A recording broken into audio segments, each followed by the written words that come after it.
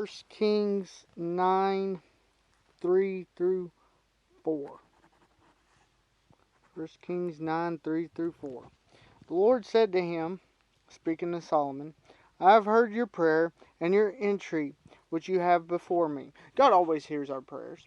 Sometimes sin gets in the way of His effectiveness because we need to get right where we need to be with Him first. Oftentimes sin blocks it. It seems like God don't hear, but God hears. He just doesn't really act because there's things we need to do oftentimes to get in a place where He could bless us with the answer to the prayer. Because if we're not in the right place, He could answer prayer and it still wouldn't be a blessing to us. And sin works that way. But God lets him know, I've heard your prayer, which means He's going to answer it. He has an answer for it. And the entreaty you have before me. I consecrate the temple, this temple which you have built. Okay, first off, this temple wasn't built out of God. It was built in reverence to God, but it was built so the people could worship God. God would be worshipped without the temple. God was still mighty without them building this temple. God's God without us. But we ain't nothing without God. So it's for our benefit to worship God. Yes, does He want worship from us? Absolutely. But it's our benefit to worship Him.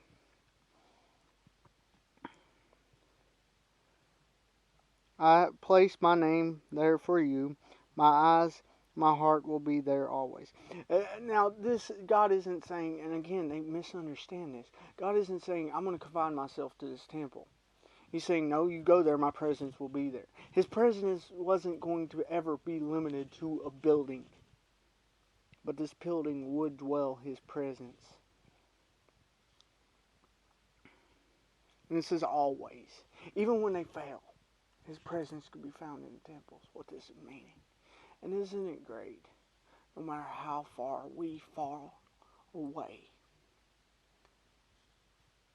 we can always seek out God's presence to find Him. If we're willing to look for Him. Look past our sin to Him. Verse 4.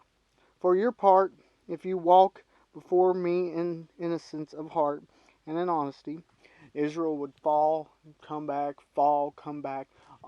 Similar to the way we may live our lives. We have our struggles. We have sin. We fall to sin. We have hot spells where we seem good, and then we fall again. Our lives may be like that. Then again, our lives may be where we're continually seeking Him and growing. And I hope all who hear this have a life like that. But hard times will come either way. We will remain innocent and pure of heart only by the grace of God and Jesus being in our life. And through Him we can grow. Like your father David, if you do everything that I command and keep my laws and ordinances. God was going to bless him as long as he seeked Him.